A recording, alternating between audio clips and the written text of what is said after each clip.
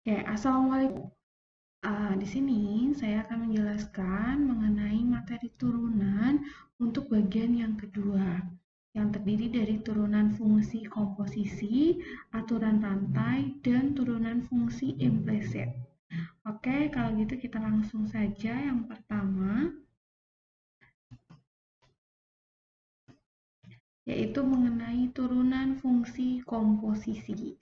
Nah, kalau dari teoremanya sendiri, saya ambil dari modul ya, yaitu apabila fungsi G diferensiabel, artinya fungsi G itu dapat diturunkan di X dan fungsi F juga diferensiabel di Gx, maka fungsi komposisi F bunderan G diferensiabel di X dan ditulis sebagai turunan dari fungsi F bunderan G, yaitu turunan fungsi F yang di dalamnya ada fungsi G kemudian dikalikan dengan turunan G X gitu. Nah, mungkin ini akan terlalu membingungkan, jadi untuk lebih pahamnya kita langsung ke contoh soalnya saja ya. Nah, untuk pembuktian teorema ini ada di modul, silakan kalian pahami pembuktiannya. Oke, kita lanjutkan ke contoh soalnya untuk turunan fungsi komposisi.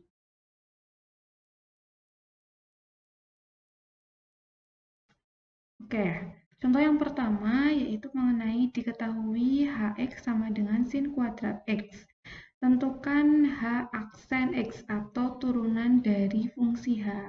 Kalau kita lihat di sini, fungsi H ini tidak ada ini ya, tanda kalau dia adalah fungsi komposisi. Tapi ternyata kalau kita uraikan, Hx ini kita bisa uraikan menjadi fungsi komposisi. Misalkan kita ambil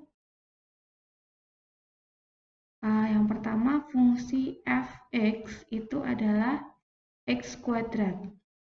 Nah, kemudian fungsi gx-nya adalah sin x. Nah, karena hx sama dengan sin kuadrat x, artinya ya hx ini ya, hx ini kalau diketahui f X sama dengan X kuadrat dan Gx sama dengan sin X kuadrat, maka Hx sendiri merupakan F bundaran G.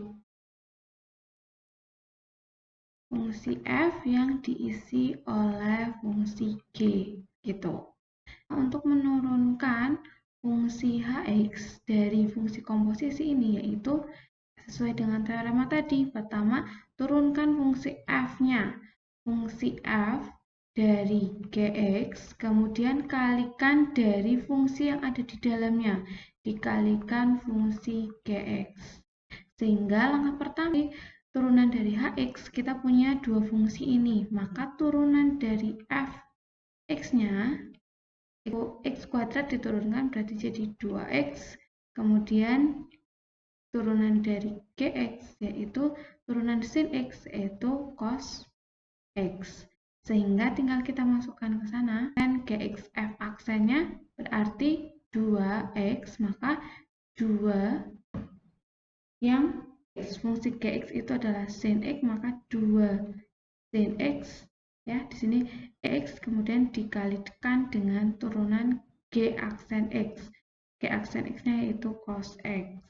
Dari sin kuadrat X yaitu 2 sin X, contoh yang pertama.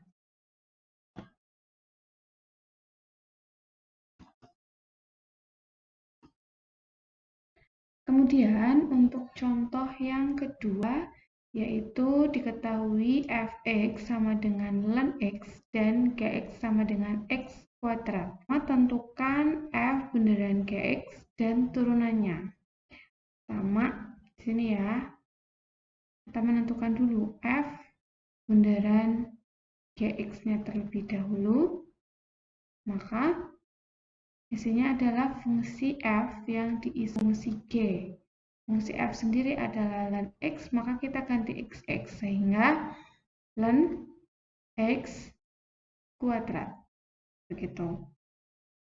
Nah, kemudian kita mau mencari turunannya. F bundaran G di aksen ya, ini artinya turunan, itu adalah F aksen X, maaf, ini harusnya F aksen, bukan X ya, tapi harus F aksen GX dikali turunan dari GX. Nah, kita cari dulu nih. Pertama, di sini aja ya, Fx sama dengan X. Makanya kalau turunan dari ln itu adalah seper X. Kemudian turunan dari fungsi G, X kuadrat diturunkan jadi 2X. Sehingga tinggal kita masukkan ke sini, F per X dengan Gx-nya adalah X kuadrat, maka diganti dengan X kuadrat dikalikan dengan G aksen X, berarti G aksen X-nya 2X. Nah, karena sama-sama punya X, kita bisa bagikan ini dengan X, ini coret, maka ini tinggal 1. Sehingga turunan dari fungsi komposisi F dan Gx yaitu 2 per X. Gitu. Nah, kemudian untuk yang B, silakan untuk latihan ya. Silakan kerja sebagai latihan. Kemudian kita lanjutkan. Nah, sebenarnya tadi turunan fungsi komposisi itu dapat disajikan dengan cara lain yang disebut sebagai aturan rantai. Nah, penulisan dengan cara aturan rantai ini kalau di modul itu tertulisnya seperti ini.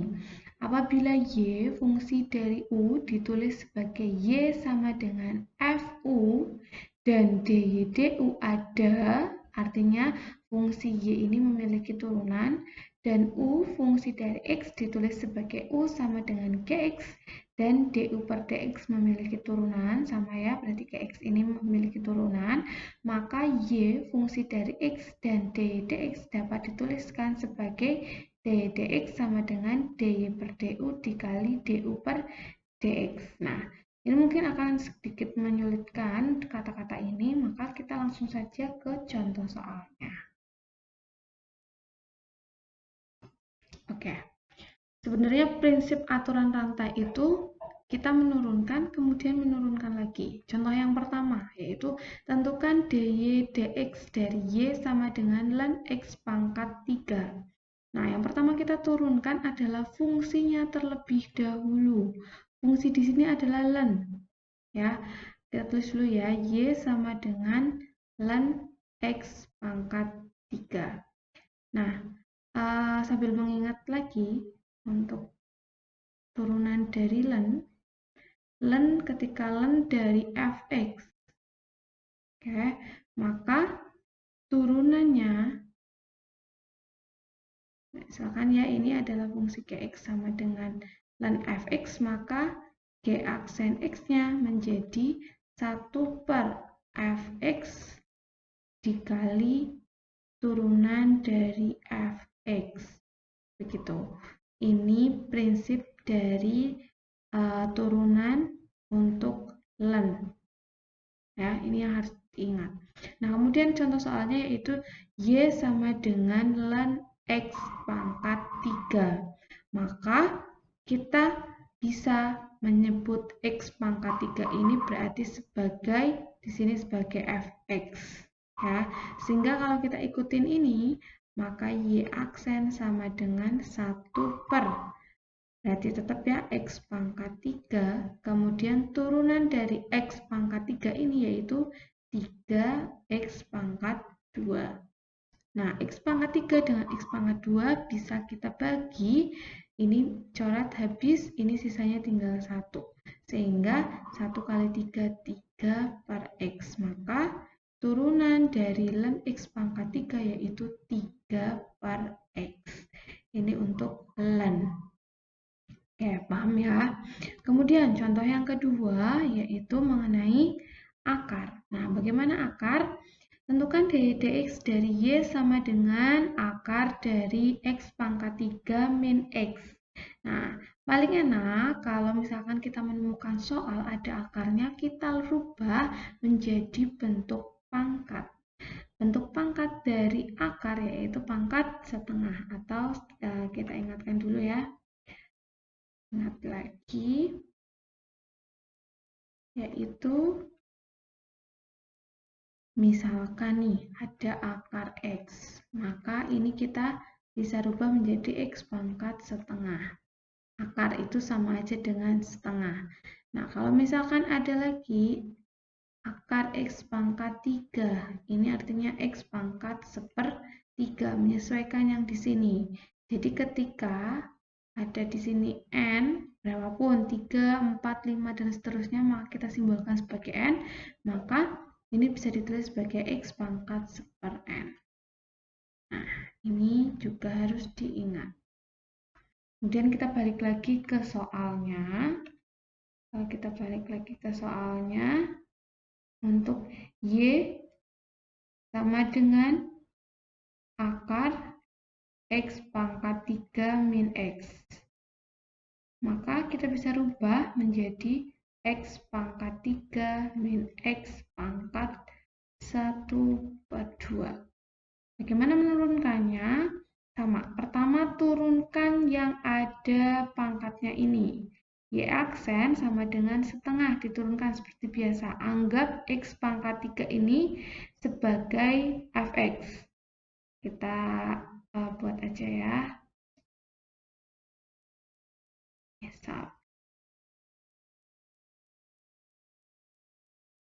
Misalkan fx sama dengan X pangkat 3 min X. Sehingga Y ini menjadi Y sama dengan fx pangkat setengah. Maka ini Y aksen menjadi setengah, kemudian karena diturunkan maka pangkat ini dikurangkan kan ya, berarti fx setengah dikurangi 1 berarti min setengah. Kemudian jangan lupa dikalikan turunan yang ada di dalamnya. Turunan yang ada di dalamnya berarti f aksen x. Nah, kalau kita cari f aksen x-nya ya, di sini misalkan, berarti f aksen dari x-nya, dari x pangkat 3 min x, berarti 3x kuadrat min 1. Sehingga y aksennya kita rubah, fx ini kita rubah menjadi x pangkat 3 min x. Sehingga ini menjadi setengah. Kemudian fx-nya yaitu x pangkat 3 min x pangkat min setengah. F aksen x-nya yaitu 3x kuadrat min 1. Sehingga kalau kita mau tulis, yaitu ini berarti di atas ya, 3x kuadrat min 1 per 2, karena pangkatnya min kita taruh di bawah, menjadi plus atau sama saja dengan akar x pangkat 3 min x. Maka ini jadinya. Paham ya?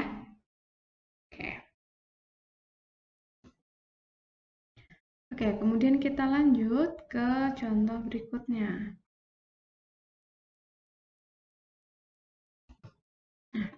Contoh berikutnya yaitu mengenai trigonometri fungsinya. Nah, ini mungkin ada sedikit kekeliruan. Ini seharusnya Y sama dengan sin X kuadrat plus 1-nya itu dikurung. Jadi, sudutnya itu X kuadrat plus 1. Nah, untuk trigonometri, itu saya kasih trik ya. Urutan untuk menurunkan fungsi trigonometri.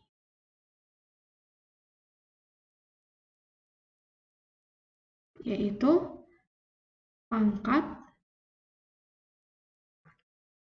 fungsi sudut.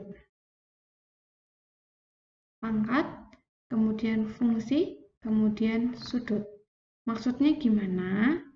Contoh, kita pakai soal yang lain ya. Contohnya, ketika ada misalkan Gx itu sama dengan sin kuadrat dari misal 2x ditambah 1. Nah, berarti yang pertama kita turunkan, berarti G aksen X, yaitu pangkat. Pangkatnya terlebih dahulu. Kalau menurunkan, itu pangkatnya diturunkan ya. Berarti 2 sin. Kemudian pangkatnya belum selesai nih. Pangkat itu harus diapain? Dikurangin 1. Maka 2 dikurangi 1. Jadinya 1. 1 itu tidak perlu ditulis ya. 1 itu tidak perlu ditulis sehingga 2 sin aja langsung. Kemudian tulis lagi seperti biasa sudutnya 2x plus 1. Kemudian pangkat sudah selesai, sekarang fungsi. Fungsi itu maksudnya yang mana?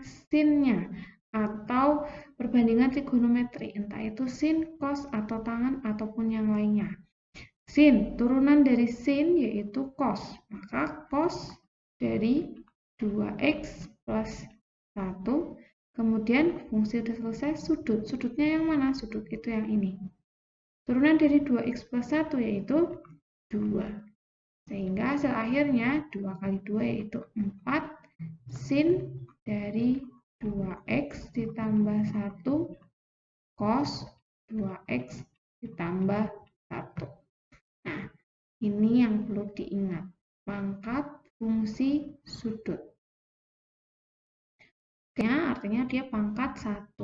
Sehingga kalau kita mau menurunkan, berarti kan 1 ya. Sin di sini 1. 1 dikurangi 1, 0. Ya kan? X kuadrat plus 1. Kemudian pangkatnya sudah, sekarang fungsi. Sin diturunkan menjadi cos dari x kuadrat plus 1. Kemudian sudut turunan dari x kuadrat plus 1 yaitu 2x.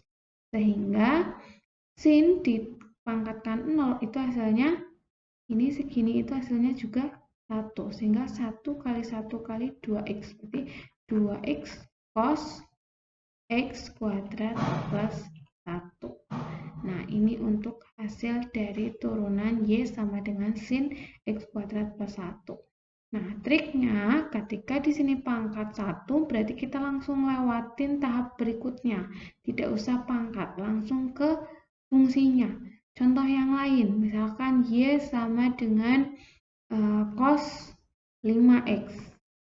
Nah, berarti kan di sini itu pangkatnya 1, sehingga pangkat tidak usah kita turunkan, langsung ke fungsinya. Maka y aksennya menjadi cos itu turunannya min sin 5x, kemudian turunan dari sudutnya 5x itu 5. Sehingga min 5 sin 5x. Kecuali di sini pangkatnya lebih dari 1, maka kita wajib menggunakan urutan pangkat fungsi sudut. Begitu. Semoga paham ya. Kita lanjut ke materi berikutnya. Oke. Materi berikutnya yaitu turunan fungsi implisit. Apa sih turunan fungsi implisit? Saya ambil dari modul yaitu fungsi f yaitu x, y sedemikian hingga y sama dengan fx. Misalnya y sama dengan x pangkat 3 min 3x kuadrat plus 2x min 10. Nah, di mana variabel x dan y di sini kan terpisah ya, terpisahkan oleh sama dengan. Jadi di sini ada ruas kiri yaitu y aja dan ruas kanan yang ini x pangkat 3 dan seterusnya. Ini namanya y dan x itu terpisah. Nah, fungsi ini disebut sebagai fungsi eksplisit. Oke, berbeda. Contoh lainnya yang ini ya. Nah, kenapa ini bisa disebut fungsi eksplisit? Ternyata kalau kita pisahkan ternyata masih bisa nih. Nah, menjadi seperti ini. Y sama dengan 2x pangkat 3 min 2 per x kuadrat. Atau bentuk lainnya juga bisa.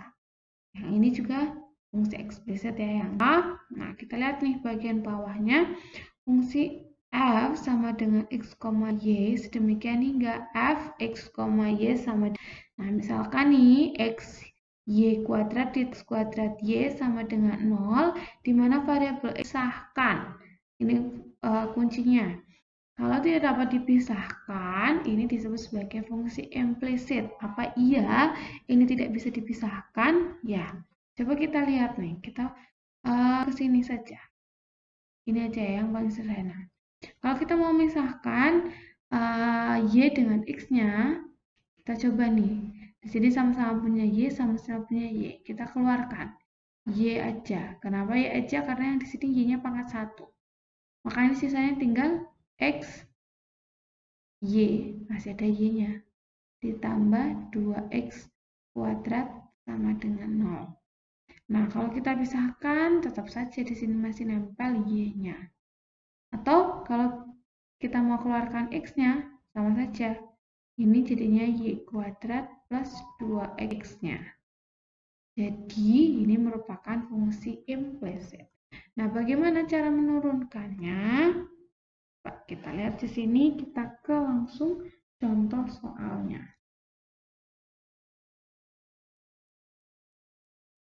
Oke, untuk contoh soal turunan fungsi implisit, yaitu Y sama dengan X min 2XY kuadrat ditambah X kuadrat Y pangkat 3 min 3 sama dengan 0.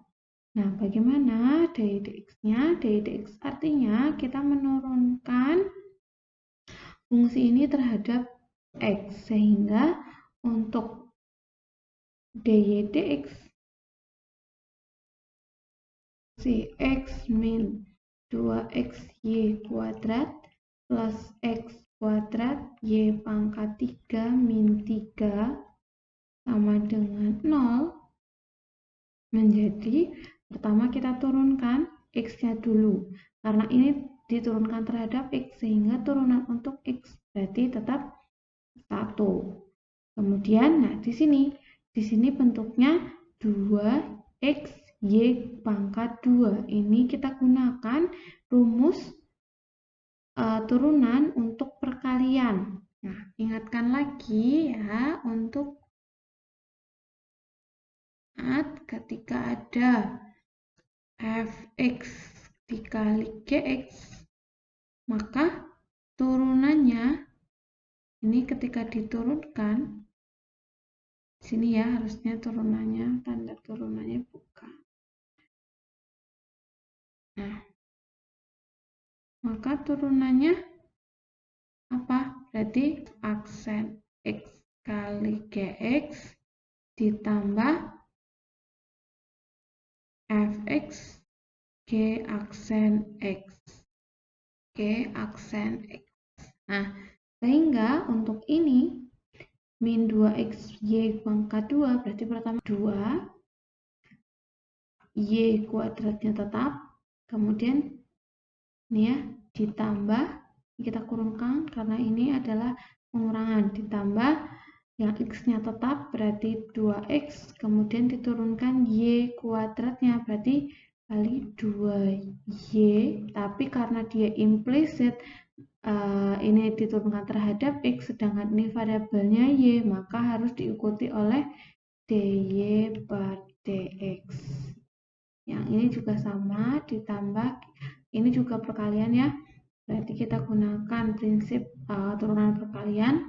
Pertama, berarti X pangkat 2 diturunkan jadi 2X, ini Y pangkat 3 ditambah X kuadrat dikali Y pangkat 3 diturunkan jadi 3Y pangkat 2 dy dx. Nah, min 3 diturunkan itu 0, berarti tidak usah ditulis, sehingga ini sama dengan 0. Ini kalau kita tuliskan, berarti menjadi 1 min, buka kurungnya ya, yang ini 2Y kuadrat min 2 kali 2, 4, XY dy dx plus 2X Y pangkat 3. Ini 3-nya bisa di depan, berarti plus 3X kuadrat Y kuadrat dy dx sama dengan 0. Nah, karena kita mau mencari nilai dy dx, sehingga yang mempunyai dy dx kita kumpulkan, yang tidak mempunyai dy dx juga kita kumpulkan.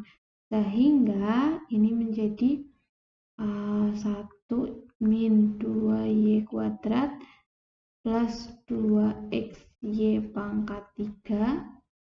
Kemudian yang ini yang dy dx dikumpulkan juga, min 4xy dy per dx ditambah 3x kuadrat y kuadrat dy dx sama dengan 0.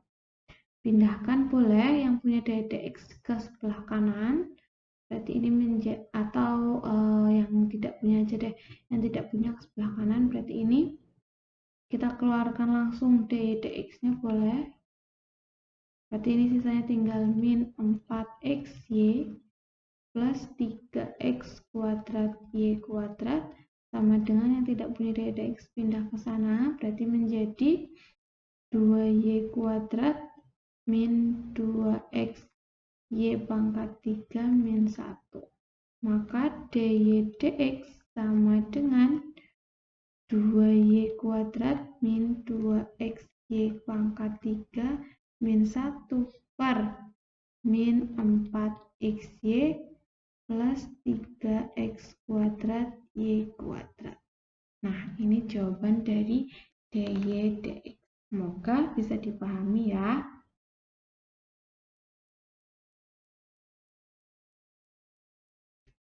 Oke, sepertinya sudah semua untuk bagian ini. Semoga kalian paham, dan untuk memahaminya lagi silakan kerjakan latihan-latihan soal untuk materi yang ini. Terima kasih. Wassalamualaikum warahmatullahi wabarakatuh.